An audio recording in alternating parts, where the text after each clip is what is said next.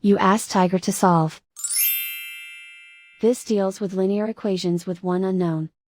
The final result is x equals 8. Let's solve it step by step.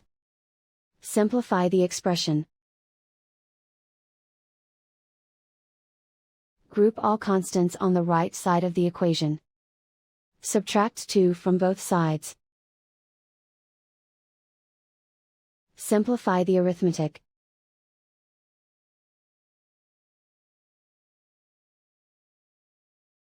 Isolate the x. Multiply both sides by 2. Group like terms. Multiply the coefficients. Simplify the fraction. Simplify the arithmetic. And so the final result is x equals 8.